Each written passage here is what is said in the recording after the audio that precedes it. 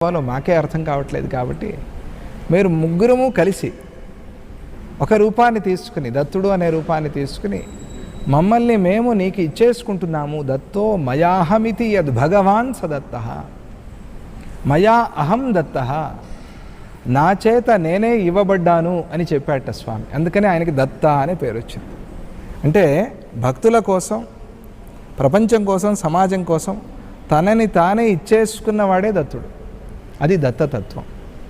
అంటే ఇంకా తనది అంటూ ఏమీ లేదు, అంతా నీదే, అంతా నీకే అనేది దత్తతత్వం. తానే దిగి వచ్చి ఆ దత్తస్వామి గురు సంప్రదాయాన్ని, అప్పటి వరకు గురువుల దగ్గరికి శిష్యులు వెళ్ళటం అనేది పద్ధతి. దత్తాత్రేయ స్వామి గురుకులాన్నే భక్తుల దగ్గరికి తీసుకెళ్ళాడు, సంచారం. అది దత్తతత్వం. అలాగే స్వామీజీ వారు కూడా ప్రపంచమంతా కూడా సంచారం చేస్తూ దత్తతత్వాన్ని అందరికీ ప్రచారం చేస్తున్నారు.